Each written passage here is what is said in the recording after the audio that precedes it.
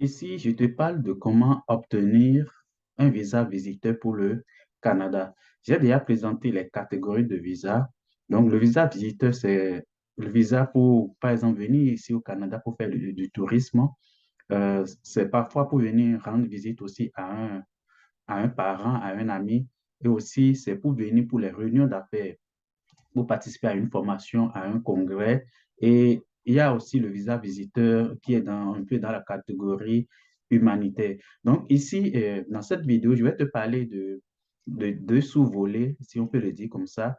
Le visa visiteur pour venir faire du tourisme au Canada ou pour les affaires. Je vais te parler des documents dont tu auras besoin, comment présenter et, cette demande. Mais ce qui est important avant de faire cette demande, c'est de vérifier son passeport, la validité de son passeport.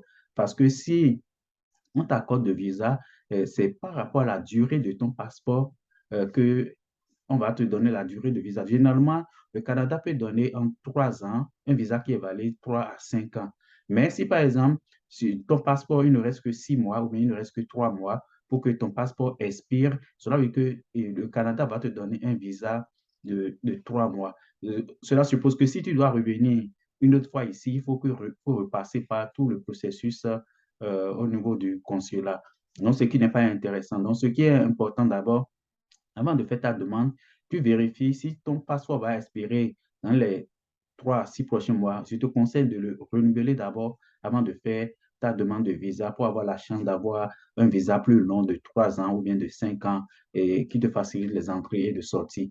Deuxième chose qu'il faut savoir, quand tu as un visa visiteur, tu entres au Canada, tu peux rester ici pendant 6 mois d'affilée sans sortir du pays, légalement 6 mois. L'agent qui va des services d'immigration à la frontière peut changer cette durée, mais de façon générale, tu peux entrer et rester au Canada 6 mois d'affilée sans enfreindre les règles du pays. Autre chose qu'il faut, avant d'aller dans les vraiment comment présenter le visa, comment ton dossier va être évalué, sur quels sont les critères importants. Je peux te le dire rapidement. Le, le, le consulat ou bien le consul, celui qui va étudier ton dossier, il va d'abord s'assurer que s'il te donne le visa et tu arrives au Canada, que tu vas retourner dans ton pays après la durée qu'il t'a accordée. Ça, c'est important parce que c'est un visa visiteur, ce n'est pas un visa pour s'installer au Canada. Donc, le premier critère, c'est de s'assurer que ton profil va te permettre de retourner dans ton pays à la fin du séjour de ta visite au Canada. Et quels sont les critères qui permettent, par exemple, de vérifier si tu as un profil de quelqu'un qui va essayer, qui va être tenté de rester au Canada illégalement ou bien de rentrer au pays? On va voir d'abord si tu as un emploi stable dans ton pays d'origine. Est-ce que tu as un emploi? Depuis quand tu as un emploi? Donc ça, là, ça va être vérifié. Deuxième chose, ils vont vérifier, par exemple, si tu as une famille. Si tu es marié, tu as des enfants, bon, cela suppose qu'à un moment donné, tu vas être quand même obligé de retourner chez toi. Autre chose, j'ai parlé de la famille, j'ai parlé d'enfants. Il y a les ressources financières. Dans les documents, on va parler des documents tout à l'heure. Dans les documents que tu dois fournir en appui à ton dossier, on va demander une preuve de ressources financières. Donc, tu dois peut-être donner ton relevé de compte et ils vont vérifier est-ce qu'il y a un revenu qui arrive régulièrement sur ton compte. Est-ce que tu as un salaire qui arrive? Si tu es un homme d'affaires, est-ce que l'argent euh, vient régulièrement sur ton compte et combien tu as sur ton compte qui te permet, si tu demandes à rester pendant 1 mois ou 3 mois, est-ce que tu as assez de ressources pour pouvoir vivre de façon adéquate suivant le niveau de vie au Canada? Voilà de façon générale les choses que l'immigration va vérifier pour s'assurer que tu as un bon profil pour pouvoir rester ici au Canada. Maintenant, quels sont les documents qu'il faut fournir et les étapes? La première chose ici, je vais te partager le site du gouvernement fédéral, là où tu fais ta demande. Donc, quand tu vas, les documents que tu dois fournir, si tu veux faire, par exemple, visiter ici et le Canada en tant que touriste, les documents, je vais te montrer parce que depuis euh, la fête de COVID, il y a beaucoup de changements. Euh, Sûrement, on vérifie aussi si tu es adéquatement vacciné, mais ça, ce n'est pas le plus urgent que je vais te montrer. Les documents que tu peux envoyer pour appuyer ton dossier, quand tu envoies ton passeport, si tu as des antécédents de voyage, c'est-à-dire tu veux venir au Canada. Si par exemple tu es déjà allé en Europe ou ailleurs dans le monde, il faut envoyer dans les documents une preuve des visas que tu as eu avant. C'est ça qui va rassurer l'agent d'immigration qui utilise nos dossiers que, OK, s'il te donne le visa, c'est sûr que tu as l'habitude de voyager et de rentrer dans ton pays. Donc, il n'y a aucun risque que tu restes au Canada. Donc, tes antécédents de voyage, ils vont vérifier si tu as déjà voyagé à l'extérieur de ton pays d'origine. Autre chose qu'ils vont vérifier, ils demandent parfois l'itinéraire de voyage, c'est-à-dire que tu vas euh, pré-réservé parce que tu n'achètes pas le billet tant que tu n'as pas l'accord, tu n'as pas ton visa dans ton passeport.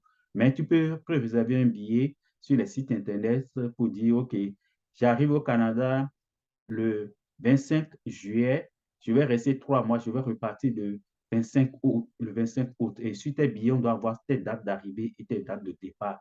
Donc, c'est ça l'itinéraire de voyage, un document que tu dois fournir.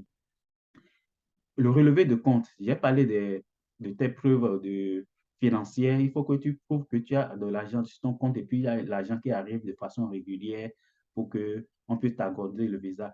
Et regarde ici, c'est important de noter parce que avant, les gens, quand ils demandent le visa, ils peuvent demander à un ami ou bien à un frère de mettre de l'argent de façon ponctuelle sur leur compte pour fournir. Ça ne marche plus souvent. Maintenant, ils veulent que les gens vont voir aussi depuis quand si les gens déposent de l'argent sur ton compte 3 jours avant ta demande, ils vont dire que l'argent, ça ne t'appartient pas. Donc, il faut qu'il y ait comme une historique des mouvements d'argent sur ton compte pour que ton dossier soit vraiment solide devant le consulat. Donc, ils vont demander ton relevé de compte et puis le relevé de compte doit avoir ton nom et prénom, les noms qui figurent sur ton passeport. Autre chose, le passeport, document d'identité, le passeport, ça c'est important, ça c'est indispensable, je n'ai pas besoin d'insister. Maintenant, il y a d'autres formulaires que tu dois remplir pour appuyer ton dossier et autres. Ça, c'est les formulaires. Maintenant, quand tu vas commencer par remplir, tu peux le faire. Autre chose, souvent, quand pour le visa visiteur, on te demande de fournir une lettre de, d'une personne ici au Canada. Donc, il faut qu'un ami, un parent t'envoie une lettre d'invitation pour dire, OK, je connais telle personne, je souhaite que et je vais l'accueillir chez moi. Il va rester chez moi pendant la durée de son séjour.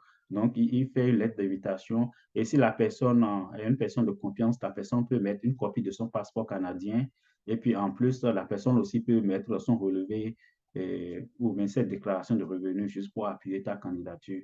Donc, ça, c'est la lettre d'invitation. Donc, voilà un peu les documents, ce que tu vas faire pour pouvoir faire ta demande d'immigration au d'immigration, une stade demande de visa temporaire, de visa visiteur. Autre chose, maintenant, comment présenter sa demande? Donc, juste, je vais te montrer comment présenter maintenant ta demande. Un instant, je te montre l'autre. C'est toujours sur le site du gouvernement du Canada. Donc, moi, je te conseille pour présenter ta demande de le faire de façon euh, électronique. C'est plus fiable, c'est plus rapide. Et donc, tu vas sur le site. Je vais mettre tous les liens de ces sites-là dans la description de la vidéo sur YouTube. Comme ça, tu verras bien les détails. Donc, tu vas ouvrir un compte en ligne.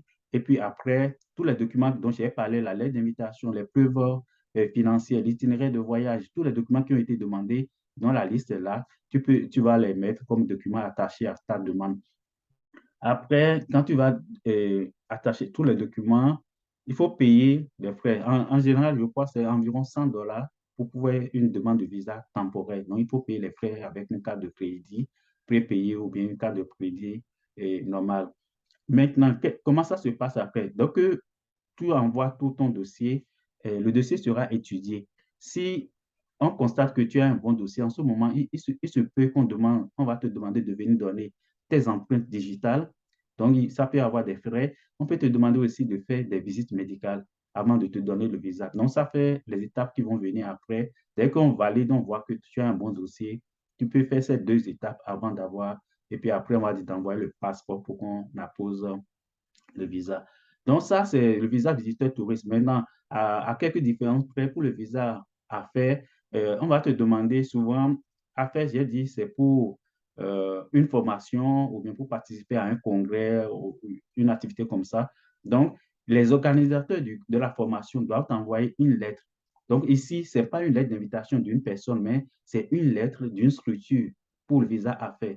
À part les autres documents, donc, c'est une lettre que tu reçois d'une structure ici qui organise un congrès, une formation qui dit, OK, telle personne est invitée à participer à tel congrès de telle date à telle date, et tu mets ça dans ton dossier pour compléter le dossier. Donc, voilà un peu comment tu fais pour demander le visa visiteur pour le Canada. Je peux répondre à toutes les questions. Tu peux mettre tes questions en commentaire ici et je vais répondre à toutes tes questions. Je mets aussi les liens pour faire les demandes et je suis là pour répondre à toutes les questions. N'oublie pas de t'abonner à la chaîne pour pouvoir avoir la chance d'avoir les notifications quand je vais déposer d'autres vidéos.